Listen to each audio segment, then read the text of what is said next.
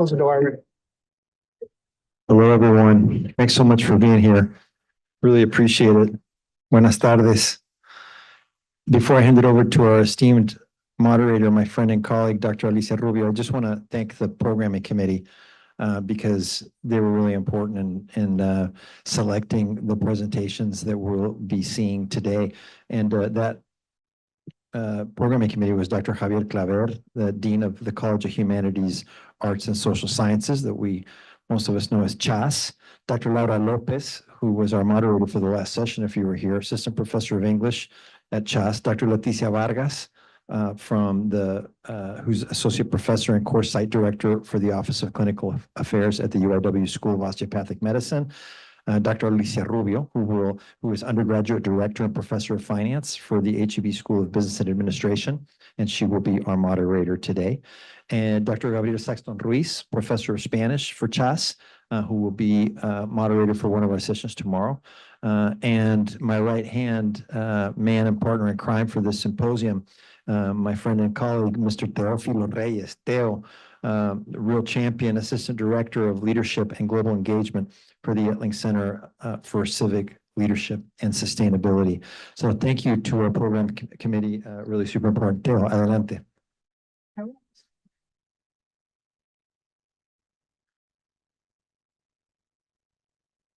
Muchas gracias. Thank you very much.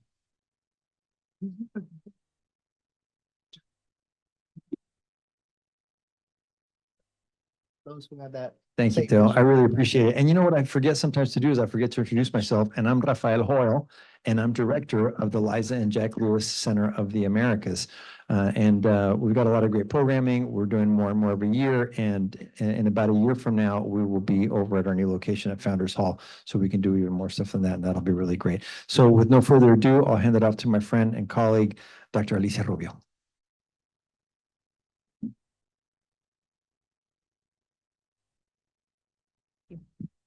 Good afternoon. Buenas tardes. It is my pleasure to be the moderator today. I was already introduced, so I don't need to be introduced myself again. We're going to go ahead and get started. First, we're going to hear from Dr. Leslie Martinez. She's an associate professor of psychology, and she's going to talk to us about a course that she's developed, Mexican-American Culture, a psychology course to study the impact of borderlands context. I'm so looking forward to hearing from what she has to say, how she developed the course, but also the challenges that she's encountered. And I know she's looking forward to hearing from you as well. Thank you, Dr. Martinez.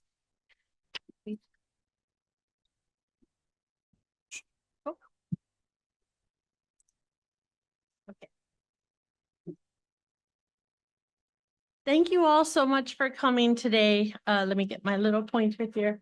I am going to be talking today about a course that I'm developing. So I absolutely, just like Dr. Rubio just said, I'm looking for feedback. So I have taught the class one time. It was 2 springs ago, and I also teach multicultural psychology. So I tested a few of things about my model in there as well. So let me get to it. I am focusing on Mexican American culture within psychology, and I'm focusing on describing and exploring that culture within the borderlands context. So I'll get a little bit into why that matters, that context matters, but knowing that context is going to matter, I figure I should introduce myself a bit more deeply and personally, just so you kind of get a sense of who I am, and the direction that the course has been developed is based on my both personal life as well as my professional life as well. So I do consider myself to be Mexican American, but you know, that always comes with extra baggage. And I do consider myself a Tejana and a Chicana. And I have a pretty big family. I have 4 kids and a husband. My personal life involves a lot of family. We are both Mexican American, and we're raising our children within SAISD. That's going to be important. So I'll talk about that in a second. And of course, the other part of me and I have this on a scale, because if anybody's a working parent, we're always trying to balance these two things. I have my degree, my PhD from University of Nebraska-Lincoln, where my dissertation focused on biases against Mexican Americans. And so I'm not just Mexican American myself. I do professionally consider myself an expert in the field of the psychological study of Mexican Americans. So let's talk a little bit about the big picture. Psychology, our degree program here at main campus or Broadway campus, it involves our majors taking multiple types of psychology courses. Much of it focuses on mental health, describing other aspects of the social nature of psychology. I myself teach the quantitative courses, so stats and research methods, psychometrics, who my students are with us today. But this is a different kind of course. This is not just a course focused on a very specific ethnic identity, but I had to really figure out how we're gonna get students who may or may not be of this same identity to kind of understand the complexity of this type of study. So the class is intended to explore Mexican American identity. We do that through examining culture. We do that by looking at public policy and how that has influenced culture. And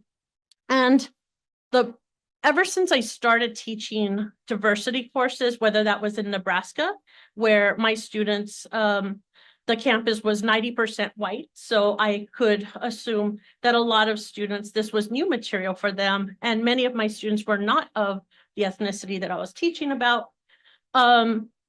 It's a very different context teaching a DEI course here on UIW's campus. And so when I get to challenges and barriers, it's not a barrier to teach that course here, but I have to come at it from a different framework. And so what I have noticed is that giving the historical context of the groups that we're studying, whether it's multiple different ethnicities or like this class is singularly looking at Mexican Americans, the regional historical context absolutely matters. Anybody who is Mexican American from California knows that you're very different than a Mexican American raised in Texas. So maybe you've seen some of the memes of those comedic portrayals. So burritos versus tacos, things like that. Tacos all over. Just kidding. So what I want to do is kind of break down my 5 W's here, talk about the who and the why. I already mentioned that we already have a course that focuses on multicultural type of issues, but we don't currently have any kind of Hispanic or Latino focused courses in psychology. So the number one reason I wanted to develop this, and I'm doing it at the 3,000 level with very minimal prerequisites, is that I want to recruit students across campus. So whether you're a psych major or another, like one of the health majors that needs a diversity course, this class I hope to serve multiple majors. And the point of it is really to get that empowerment in our student population, to see ourselves not just in the instructor, but also in the material, to see that there's names for things that we've experienced. I can describe a situation and students' eyes glow when they say, there's a name for that. That was me when I was learning this material in college. I didn't learn this stuff, these labels and this academic side of my experience until I was in college. So I feel that that's something that our psych department could offer. So I want to celebrate I'm not coming at this from a deficit model. It's a celebration, it's an awareness, it's an exploration. And I absolutely feel that this class and the other diversity classes that I've taught validate these experiences and culture by students seeing themselves in the material. And something that I'll also talk about is I let it be student driven. If there's something that students really they're just hyper focused on one of these experiences, we're going to stay on it. And I'm going to let them tell me, what do we need to learn? And it becomes kind of this cycle of me responding to their needs. So of course, this isn't where I want it to end. I do intend to talk to pave the way for other psych-based courses that would focus on Hispanic psychology. And I would hope to look at the psych of prejudice that would be paired with also the psych of immigration, things like that. We have other classes in social sciences that look at these, but I would come from the psychological lens as well. And of course, for all students that take the course, I aim to inform the cultural knowledge that exists on campus. And, you know, our students, although they may think professors believe they're always here, we know that they have lives. And I hope that this kind of knowledge doesn't stay on campus. I want this to become a part of what they know, who they are, and they become culturally sensitive. So what does my course cover? I already gave kind of the broad overview. I talked a little bit about who would take in the class, but the what is, I really want students in the class to consider what they know in psychology.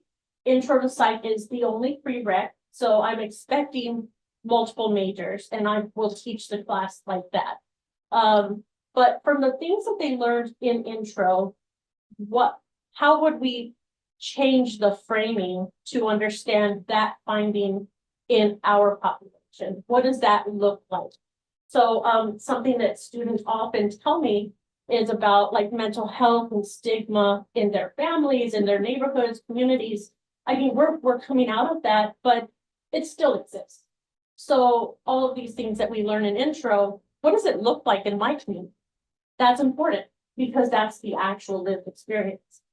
So we talk about culture, mental health, gender roles in culture.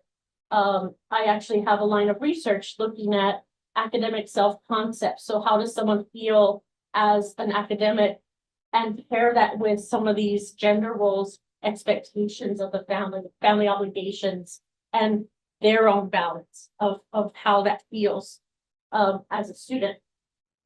And we do this exploration in different institutions. So we're thinking about education, healthcare, the justice system.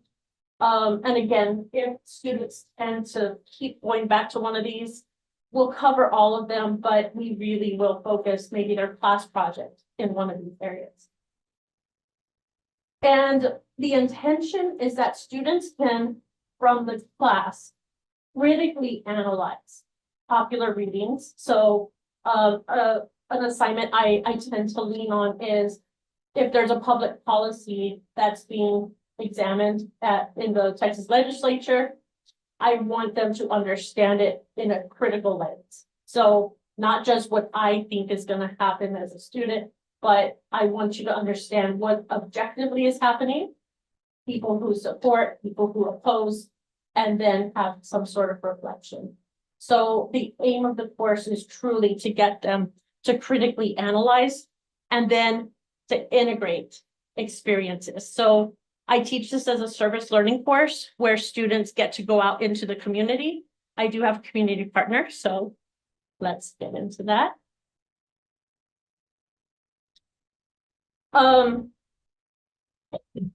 We do learn in the classroom because I can't get us out into the community, even though a lot of my students do have personal experiences in those communities.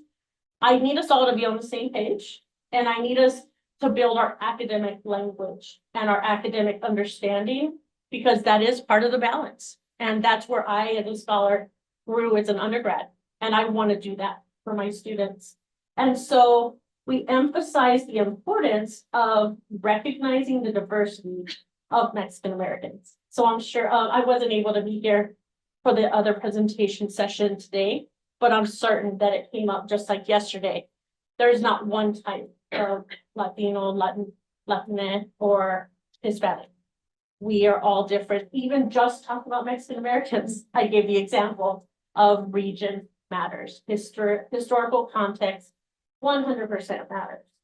So my class kind of really tries to attack those and account for those complexities. Geography mattering, generational status is very complex. And there is not always an easy answer. As being a Tejano myself, when people ask, when I lived in Nebraska, 90% white, I do have skin privilege, but when I'm with my husband, who is darker and has long hair, and we were with friends, they would ask us where we're from. We would tell them San Antonio. No, but where are you really from? It's like, no, really, Texas. Well, where are your parents? Also Texas. They were really, the answer they wanted was somewhere in Mexico, because we said Mexican American. But as Tejanos, we are from the land that we're on. My family is from Leal and Jordanton and the Greytown. That's where our family sites are in the 1800s and before. So I am a Tejana because this is my land. So that context, even for Mexican Americans in Texas, often, needs some of that clarification. So I do try to keep that momentum, get them excited in class, seeing themselves in the literature, seeing themselves in the presentations, and go out into the community and do something positive. Just for context, SAIC, San Antonio Independent School District, is a Title I district here. So it means it is a high population of poverty and low income families. And all the black here is SAIC. So we are, or we like around right here, right now, Broadway. And so we are right on the border of SASD, and notice that butts up right against Alamo Heights. Just the contrast of these districts is quite stark. So when I'm taking the students out into the community, it's important for them to get that context of what SASD is. This is a class I had last semester, and we had the opportunity to start a partnership with the Family and Community Engagement Department. And this is a way that we were trying to develop a cultural fest, and they came to our class, and the students were in charge of developing content for different sessions that could be taught at those at this fair. We did extra activities, so not just the projects, but we did the activities. And this is us at an autism fair and parade. That's at my son's Head Start and elementary. And she's doing it again this year. So those who join my class, you can help plan that. We also did food distributions. But in my last minute here, I want to talk about the uh-oh factor. That's very scientific. So when things didn't go as planned, I really needed that supportive environment in the classroom, which I provided. But what I didn't account for as much is the limited textbook availability for undergraduate level. A lot of the textbooks are at the graduate counseling practitioner type of text. So that was limited. And maximizing student experiences in the community is limited because of transportation. So I'm hoping to get my license proved to be a driver. That will solve the problem, hopefully. but please consider registering for the class. And I hope during our Q&A that you can give me any feedback that you have. And I thank you for coming.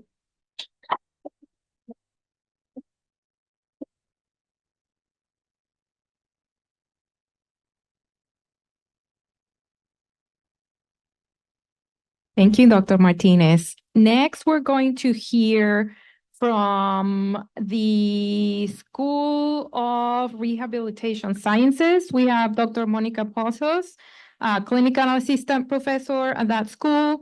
And we're going to hear from different perspectives from the Spanish Club. There's going to be a student, a clinical, and an admin perspective. And so I am looking forward to hearing about saludos, servicios, y saludable. Thank you.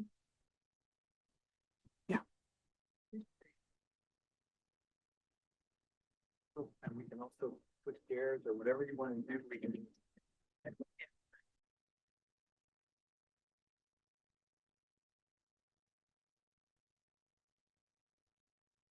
Take that off of there. Yeah, do you want to take the mic off the stand? Thank you. Well, bienvenidos. Thank you for having us today. There was already an introduction for me. So I am Dr. Monica Pozos, clinical assistant professor at the School of Rehab Sciences. Today, we're going to talk about the impact that our Spanish Club has within the student perspective, clinical perspective, and the administrative perspective. My role at the School of Rehab Sciences is a clinical instructor, and I help foster those initial interactions with patient care. And I also serve as the advisor for the Spanish Club. And I'll have Sarah Marie introduce herself. Howdy, my name is Sarah Marie Barrett, Dr. Sarah Marie Barrett. That's right. It's kind of a new, getting used to it. I am the current sports physical therapy resident here at the University of Incarnate Word. So I'm working in the athletic department. But at the time when I was getting my doctorate here in physical therapy at UIW, go Cardinals, I am the founding president of the Spanish Club. And so I had a vision and I had wonderful people who helped me carry it out. Hi, I'm Dr. Lisa McDougall. I'm the Assistant Dean for Academic Success and Student Affairs with our School of Rehabilitation Sciences. So I did have the pleasure of working with Dr. Barrett here and with Dr. Pozos on developing the club. Do you mind clicking it, Sarah Marie? Thank you. So the objectives for our talk today is just to learn a little bit about the mission behind the Spanish Club and see how there's parallel traits from our Spanish Club mission to the Sisters of the Incarnate Word.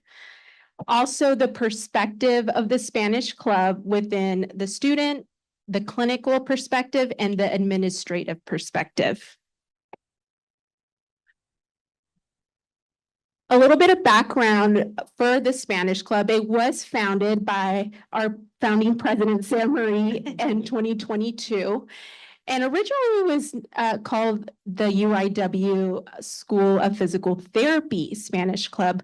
Our program has expanded, so we now changed our name to the School of Rehab Sciences to include occupational therapy and also athletic training into to offer to students as well. And that transition was just recently made over this summer.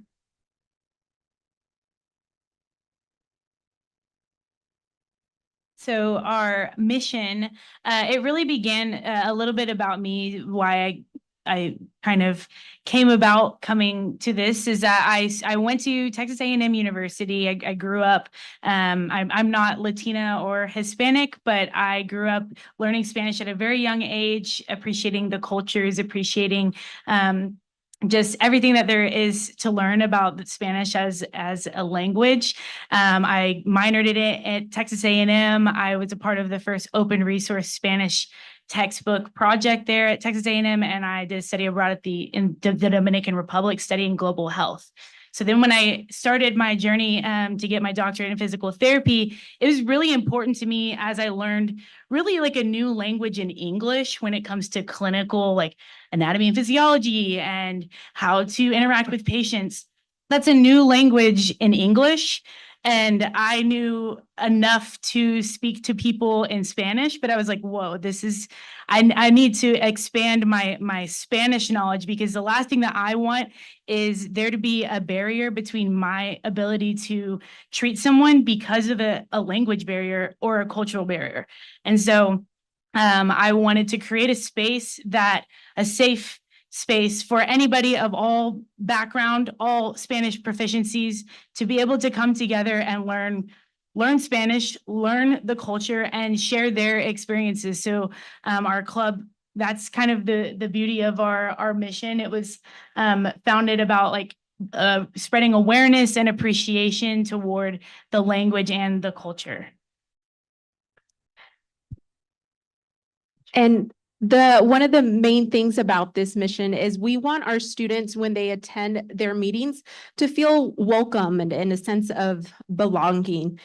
And our mission is really driven on these 3 pillars that Sarah Marie is going to cover, but it helps our students feel inclusive to the environment and a fostering place. Yes, so our 3 pillars being saludos, servicios, y salud, greetings, health, and service. So greetings being a kind of a double pillar, a double meaning. Greetings meaning we greet everyone, we welcome anybody and everybody. You don't have to know any Spanish at all, or you can be like, that is your first language. Anybody is welcome in the club, but at the same time, being able to just be able to greet someone in another language is a big step in confidence as a clinician. So we encouraged people working within we have a pro bono clinic, which ties into our second pillar, service. And we encourage everyone in our Spanish club to learn how to just greet a patient. If you can just say, hola, ¿cómo está usted? ¿Cómo se siente hoy? Hello, how are you? How do you feel today? And you really don't know a lot outside of that, but you know what that means to the patient and what it could mean for your ability to establish rapport and care for that person, then that already is a bigger step in the right direction to providing inclusive care. And so obviously our 3rd pillar being health. So working together to not only spread awareness about being healthier and exercise and taking care of yourself, but then being able to say that in Spanish and appropriately translate that to your patients and to each other. So It struck me as we were talking about putting in this proposal to be a part of this today, how closely or similar the pillars of this Spanish club were to what the sisters did when they first came to San Antonio. They came here in the midst of a health crisis, and so obviously treating the citizens of the community from a health perspective was part of what they did. But they also too they provided that service, and beyond that service, as we know, opened up orphanages, taught individuals. So they provided a lot of service to the community, but they also were very welcoming. And so it kind of matches very nicely with the pillars of this organization. And just like today, with human dignity being something that's so very important to what UIW is all about, that's part of the foundation of the Spanish Club as well, is really when our students go out there as students and as graduates of our program and are serving our community, we hope to establish that they see all people as persons of God. So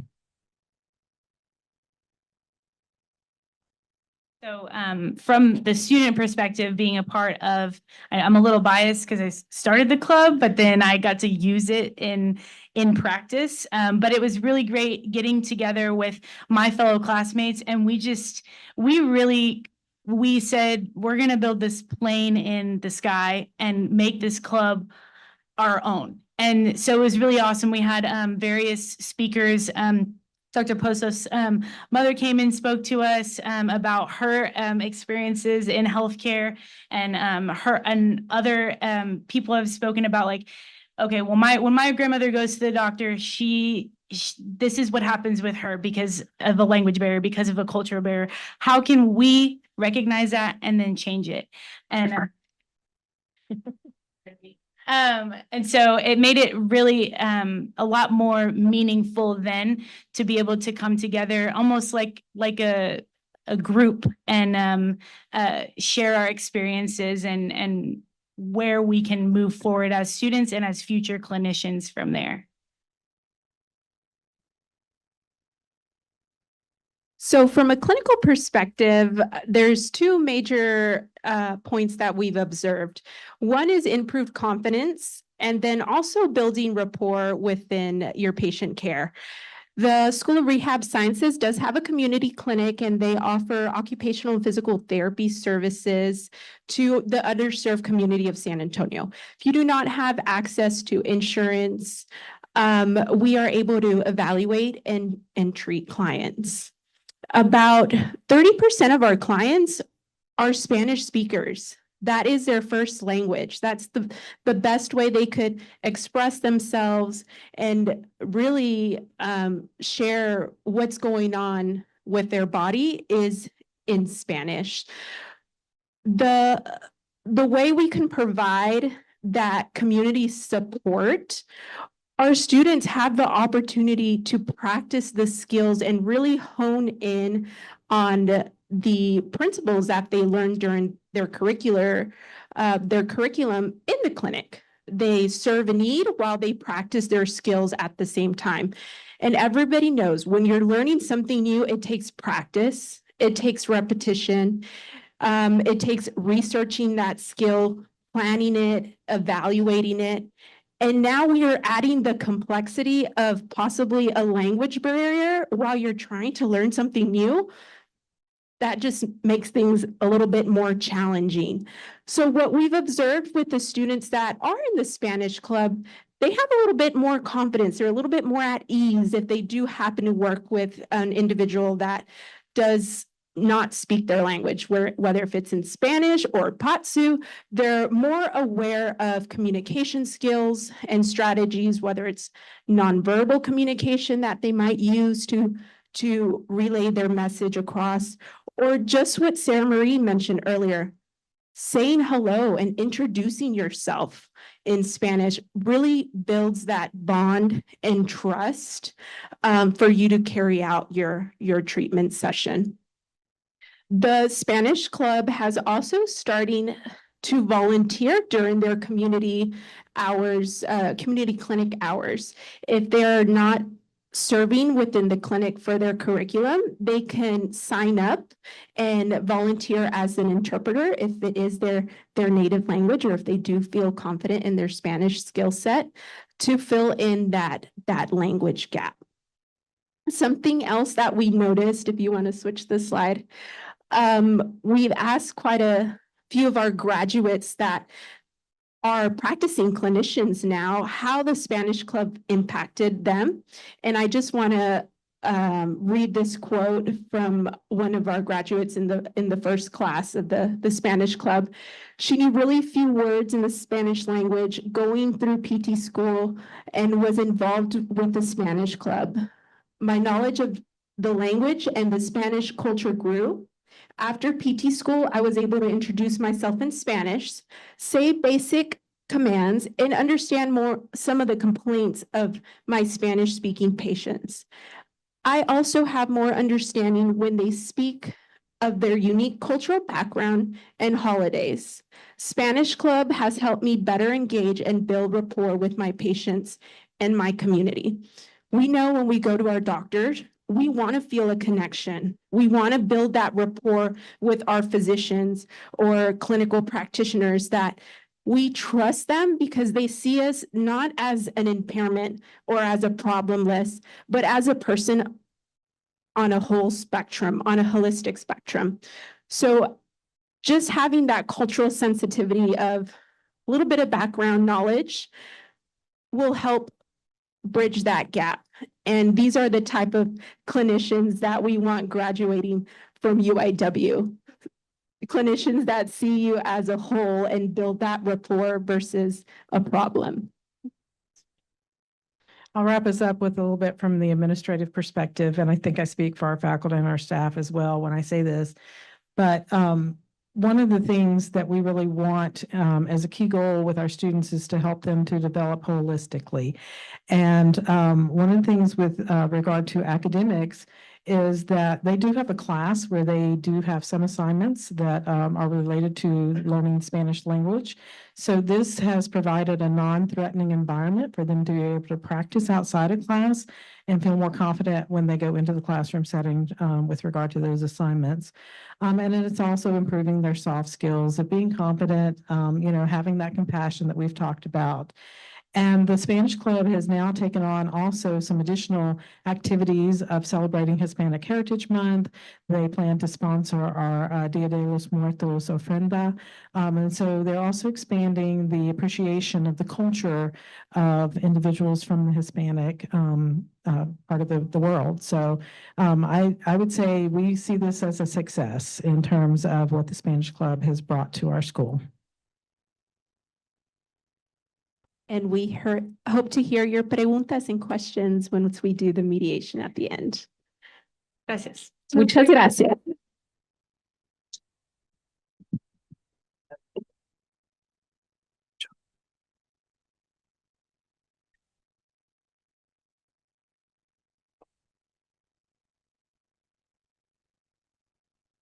That was great to hear. We have one more presentation, a panel discussion that is going to be led by Dr. Anna Valor. She's an associate professor of biology at the School of Math, Science, and Engineering. And the panel is about Empoderando el Futuro, Hispanic undergraduate students in STEM. Dr. Valor is going to introduce the students in the panel. Thank you, Dr. Valor.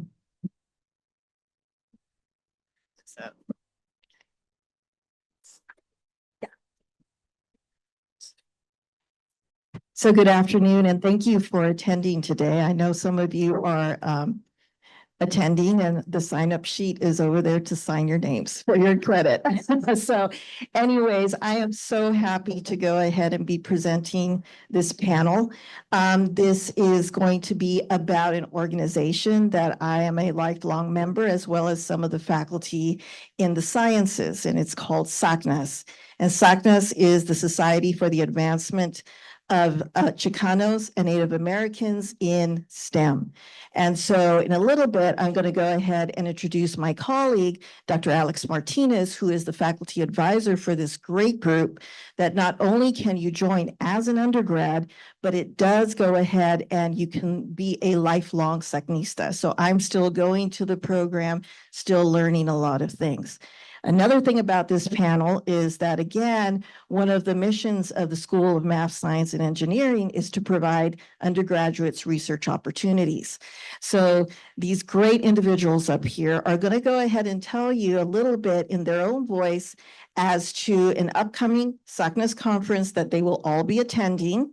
They all were granted full ride scholarships to go ahead and pay for their airfare and their hotel rooms, and they're going to be in Phoenix, Arizona during Halloween, for about 4 to 5 days. So they're going to go ahead and tell you a little bit about what they expect. One, we have a veteran that has been there before.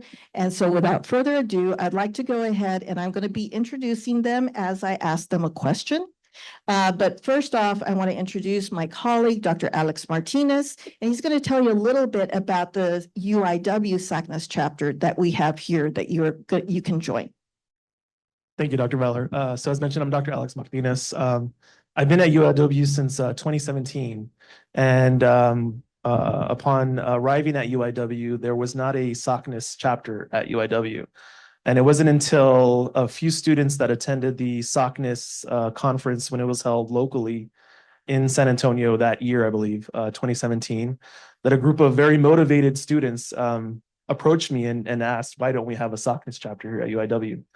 Well, my understanding was that prior to me arriving, there was a SACNAS chapter here at UIW, but it kind of fell through the cracks and participation fell, and the SACNAS chapter kind of fizzled out as a result of not having students that were part of the chapter. So it was the goal of that small group of students, along with myself, to reestablish the SACNAS chapter here at UIW. And we were able to successfully apply or reapply to reestablish the chapter.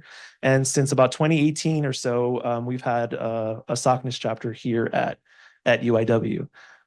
As with any student organization, the success of the chapter is dependent on the students that are responsible for running the chapter. So we've had our highs, our very high highs, and we've had some low lows where participation has fizzled somewhat throughout the past semester. So we are actively recruiting new members, despite the exclusivity of the name, right? Society of the Advancement of Chicanos, Hispanics, and Native Americans in Science. It's a very inclusive club. So we welcome everyone and anyone from a variety of different backgrounds. So if you're interested in becoming a member of SOCNIS, the QR code right on the corner over there will take you to our Engage page, and you can sign up. We are currently trying to fill a variety of vacant officer positions, as well as recruiting student members. And I'll let the students kind of talk about the benefits of being a SOCNista or being part of SOCNIS, and what one could expect and what one would hope to get out of a club that is promoting really the diversity of STEM. Right now, another kind of plug in terms of we're very biology heavy, so we're looking for students in all fields of STEM. So chemistry, biochemistry, engineering, math, physics. If that's your background, we welcome you with open arms. We're trying to increase the diversity of the STEM students that are part of the local or the chapter here at UIW. Thank you, Dr. Martinez. So our first student that I'm going to introduce is Nathan Smith. And you'll see that they're coming from a variety of majors. So Nathan is a double major in biology and also in philosophy with a bioethics concentration. He is first generation on his father's side, second generation on his mom's, and he wants to pursue a graduate degree in bioethics. So Nathan, your question here is, as a first generation undergraduate student, how do you think SOCNIS is going to go ahead and help you obtain that goal of being a PhD in bioethics? Of course, thank you, Dr. Valor. The biggest thing that I took away from SOCNIS is the multidisciplinary actions and goals of being inclusive for not only just Native Americans, but just any individual that are interested in SOCNIS through STEM. It's a great opportunity to be there and be a part of like the different panels, the different mentors that are also, they display a variety of different things that we could select, and SOCNIS helps us explore a little bit more into what type of field I want to get into. So of course, one of the biggest things was learning that they actually had bioethics at one of the panels. And it was surprising because to me, I haven't heard about it yet, but I was very much excited and I'm pretty much happy for it.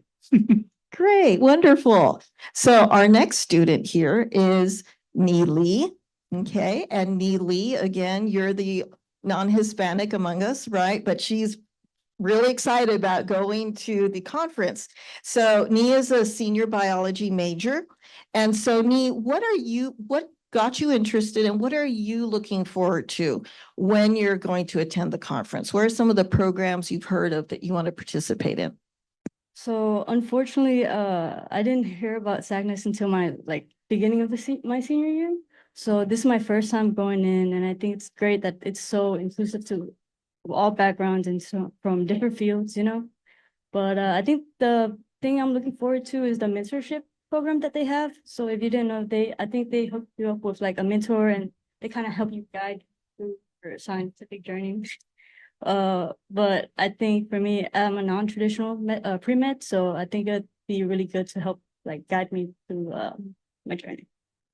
Yeah, so SOCNIS has a mentor-mentee program in which students go ahead, they fill out a survey of their different interests, what they want to go into, and then you're paired with someone on a national level. So your mentor doesn't have to be even from your state. It can be from another state. And so then something that, again, what they're trying to do is not only are they going to, kind of like consult maybe on your classes if you want to, but they'll consult on like some of the life type of issues. Like right now, I'm mentoring a young woman from University of Portland, and she's having some issues coming from East LA, being in Portland and trying to go ahead, and she feels very lonely. At that university. So that's what the mentors do. They go ahead and the program aligns you with them, have a proper experience, kind of like very similar experience, and then you get to go ahead and sometimes you're their lifeline to the actual career. So thank you, Nee, for that. So the next person I want to introduce is because we're going pretty much as they're graduating pretty soon, actually this year, is Bria Brooks Medina. Okay, so Bria is our veteran. She has actually this is going to be her second conference that she has attended. And so Bria is a senior biology major. She's a minor in psychology and concentration in the neuroscience. Her goal is to be an MD PhD. So Bria, tell us a little bit about your experience in 2023, what's bringing you back to 2024 conference, and what would you advise a first-time attendee? Well, good afternoon, everyone. As Dr. Valor said, my name is Bria, and I have been to the SACNAS conference before. Last year, I was working on a really big, for me anyway, chemistry project. And I was really excited to actually apply to present the findings. And I had been to a couple of other conferences before, and admittedly, they were very intimidating. I was shaking in my boots, like I hadn't presented my research before. And I very much felt like it was a good growing opportunity to go to those, but I definitely felt like I was kind of grilled on the material as opposed to kind of welcomed and a community type of feeling. So with SACNAS, I kind of applied on a whim, fully expecting not to get accepted for my poster presentation and more so expecting not to get accepted for the travel scholarship. When I did, it was a really, really exciting opportunity. It was also terrifying because at that time last year, I was the only one from UIW who would be going. And this was in Oregon, actually. So like I had never been to Oregon. I was terrified, but I went, and the takeaway from the moment that I got off the plane to the moment that I came back home was community. Like I've never been in an area where I felt so much community.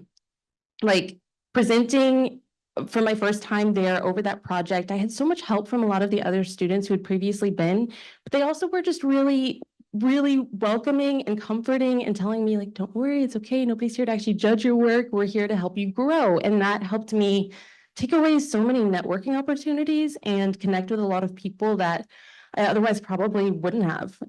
And like, because of those experiences and because of that sense of community that I felt there, and because of the connections that I made, I've stayed in contact with a lot of other solo travelers as we were last year. And like, we're planning to meet up when we go to the conference this year. And I'm planning to meet up with some of those mentors that I met for the first time last year. And that sense of community, that driving passion of community behind every single thing at SACNAS is what motivated me to apply again for this year and hope that they would accept me again. And now I get to go with a bunch of these great people because they also applied and got in, and now I get to go as a UIW group.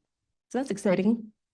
Thank you. And what would be your advice for a first-time attendee? My advice for a first-time attending is to probably take advantage of every single thing that is of any interest to you, only because of the multitude of opportunities that it can offer you. I threw myself into so many different things that I hadn't heard of before, but seemed interesting, and a lot of different talks that I really didn't feel like I had a knowledge base for, but just seemed interesting. And hearing from people who were far, far more well-educated in their fields than I was really inspiring, but also hearing and meeting other students in those circumstances helped me kind of figure out a little bit more of my own path and what I should be doing to get to where I want to be. Thank you, Bria.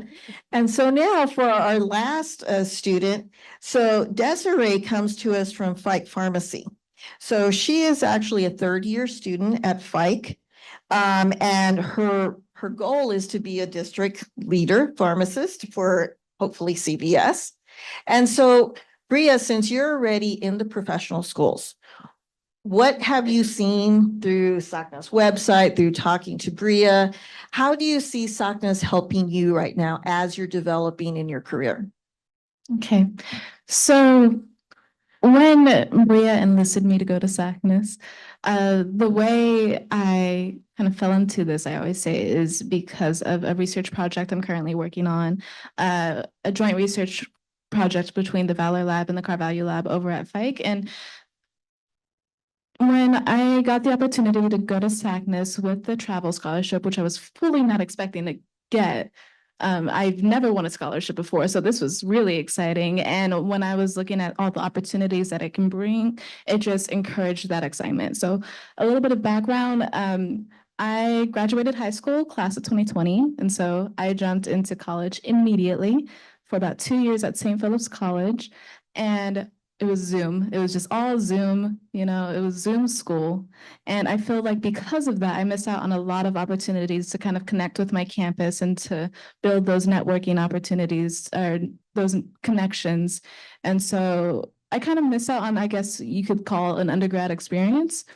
And SACNAS could be a way to supplement that in the sense that you're going to see all these different, a wide variety of different career fields. And I was just looking at the website, there's going to be presentations on AI's role in STEM. There's going to be a neuroscience presentation. There's going to be job opportunities for postdocs. And I know SACNAS heavily emphasizes on the benefit that this could have for undergraduate students, but for me, I'm a graduate student already. I definitely see the benefit from a graduate perspective because just with my specific career field, Eli Lilly, a very large drug manufacturing company, has a really big hand in the SACNAS conference each year.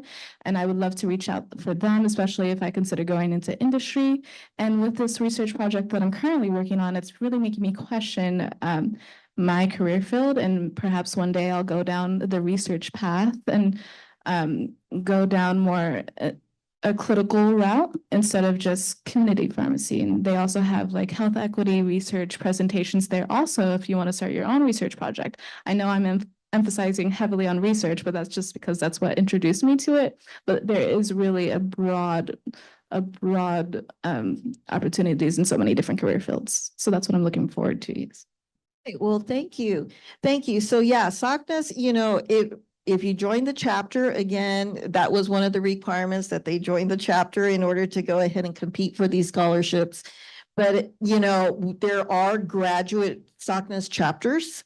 UT Health has one for their graduate program over there. So they have a very strong chapter over there, UTSA.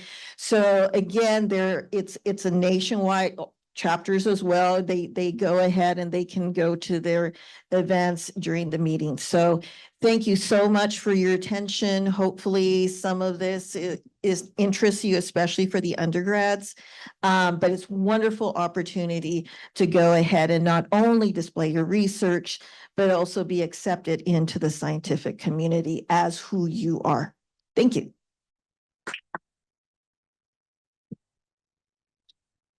Thank you. So we have a few minutes for questions. Questions for Dr. Martinez, for Dr. Valor, for Dr. Pozos. Just raise your hand if you have a question and we'll bring the mic so the people on Zoom or Teams, whatever we're using, then can hear. We can have Dr. Martinez, Dr. Valor come up to the stage so that way those who presented today come up to the stage so that way they can just make it easy so they don't have to be turning back around. You can just raise your hand and Bill and I will go and we'll hand you the microphone if you have questions or comments as well. You know, I do have Tyler, did you have a question? No. I just have a comment. I'm just blown away. I came here to the symposium with expectations, but you just learn so much, and there's so many unexpected gems. But I think each one of the presentations today, I think there's like a model there, for us to share outside of our institution. And I think that's really, really incredible. Enjoyed each one of the presentations so much. The whole thing with the Spanish club too, I just want to, just a quick comment is, field specific language skills and some of the things you mentioned about how, like we're looking for clinicians that can kind of build that cultural bond.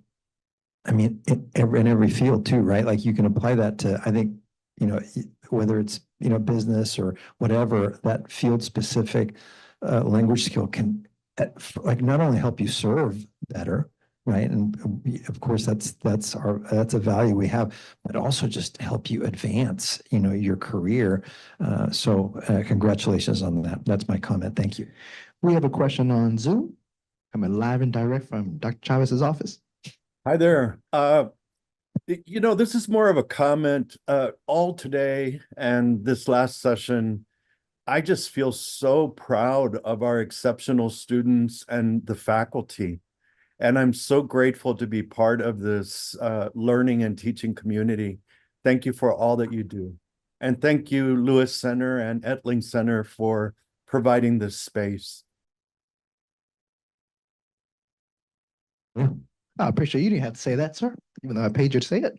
But Oh, I just wanted to say, it's just a comment. I appreciate coming here and learning so much, especially as a Hispanic, because I've always been really interested in things like psychology and biology and and I do think a lot about healthcare since I have a lot of members in my family who are a part of the healthcare system and work.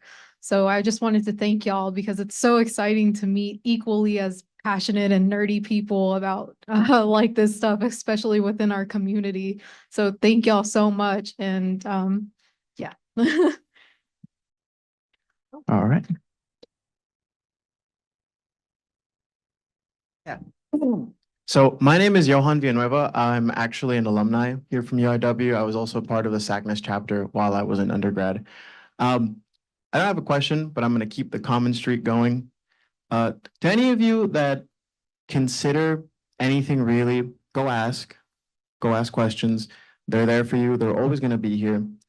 And just remember, STEM isn't just mixing chemicals in a test tube. It's also math. There's also engineering. There's a lot of other things that go into this, okay? And I know the people who are up there, they talked a lot about research in a biology lab and all those things. But if you have friends that you think this could, interest them, go ahead and tell them about it. Remember that it is an all-inclusive club. And yeah, just be out there, take chances, do something different. I think it'd be nice.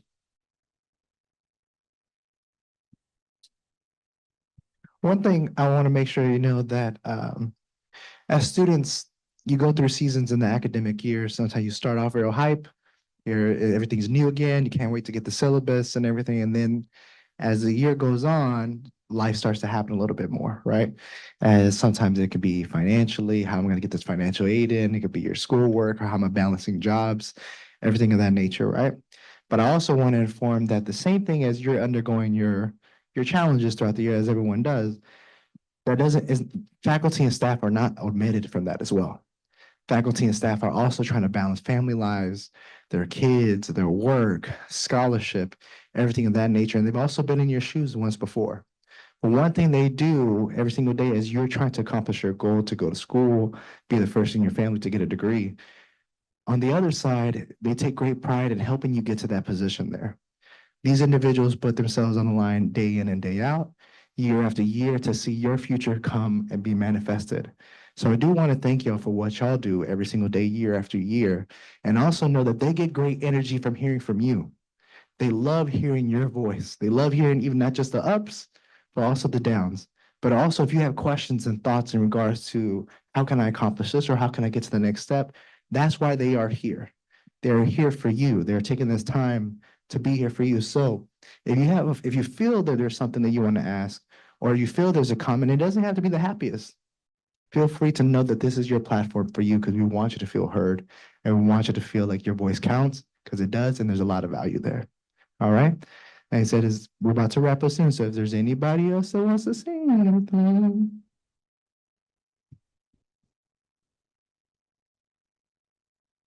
So, despite my comment, I don't exactly know what STEM exactly stands for. I heard a little bit, but I wanted to learn more because also I know like family who's interested in engineering. I heard that, but I would love to know more. So STEM stands for science, technology, engineering, and math. Those are the three or the four letters for STEM. So again, SOCNIS is highly inclusive. Right now, again, we are open to having kind of to broaden members that are part of the STEM community. We really want members that are in math, engineering, physics, psychology, even the social sciences, pharmacy, professional. Again, it's really inclusive. So it's anything science, natural science, social science related. SOCNIS is really happy to have a diverse group of students to represent the UIW chapter. I have a question too. I know an answer or several answers to this question, but I want to ask it anyway. So if the question would be, and we touched on it a little bit today of, the non-Hispanic and the value to the non-Hispanic being involved in in an effort to kind of explore Hispanic culture and heritage and language. But to the student who would say, "Hey, I'm not Hispanic," I'm tired of all this, diversity and equity, and what's in it? What's in it for me? Like I'm not Hispanic. Why should I be interested in a psychology course about Mexican American psychology, or or in SACNAS, or in the Spanish club from my group? I'm not Hispanic. What might be an answer? I was like, so my response is typically that as UIW students and as faculty and staff, we live by the mission, and to be true global citizens, we should be responsible to learn about other groups. And so it doesn't mean that I'm trying to become that. It doesn't mean that I'm less of what I am. My identity doesn't change, but you know what? I've grown to now understand another identity, another experience, maybe even to understand something as small as, why are there different sides of town? What does that side of town do that mine doesn't? So that's hopefully encouraging to students. Absolutely. I completely agree. As a non-Hispanic student who is, I've grown up in a community where, I mean, it is predominantly white, but we did have, I'm not going to say a decent amount of diversity, but enough that it exposed me to the ability to learn more about somebody other than myself. And I think that right there, the root of that, like not to minimize it, but have you ever just had a conversation with somebody else, like ever? And that they are not like you, no matter, even if you share the same ethnicity, they are not like you. So it's important to have that empathy and that understanding within yourself, that to be able to reach outside of yourself. And that applies no matter if you want to go into pharmacy, physical therapy, health services, you want to be a business major, you're an accountant, whatever, wherever your life takes you, you're going to be interacting with other people that are not like you. So taking the time and that moment to recognize that, and to maybe make some connections and have that shared understanding, because at the end of the day, I mean, raise your hand. This is a little interactive. Would you want someone to want to understand you? Yeah, right. So taking that time to make the effort to try to understand somebody else is where it doesn't matter who you are, where you come from, why that's important. Yeah. Because, I'm also not a Hispanic person. I am of African American descent and Caucasian descent.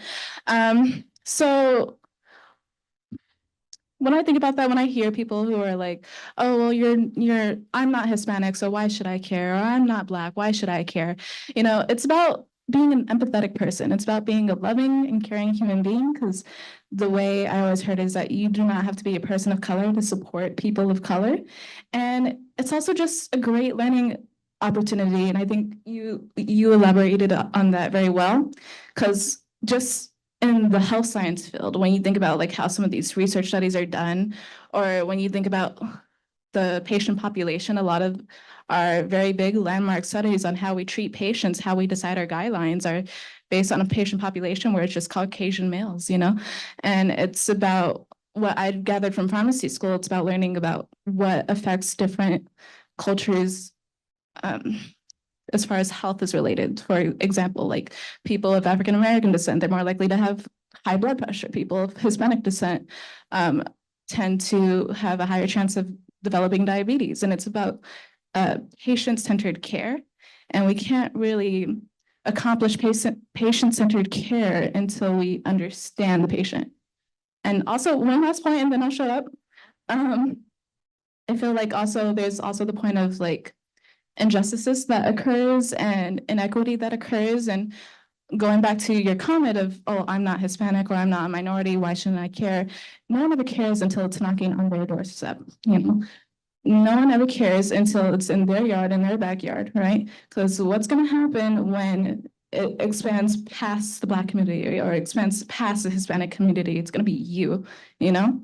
And honestly, you should just support each other because we're all human and we all love each other. But if you want to look at it from that aspect, that's also a really good reason. Excellent.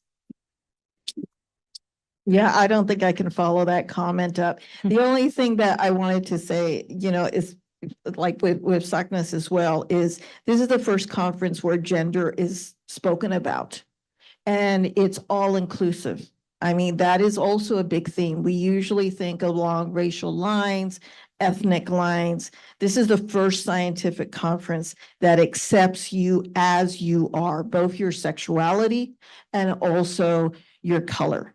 And I think, you know, Desiree said it so eloquently, so well. It's not until it's our families that all of a sudden we think, because a lot of times, as we know in some of the Latino community, again, we're all Latinos, but once gender issues come up, then it's a different story, right?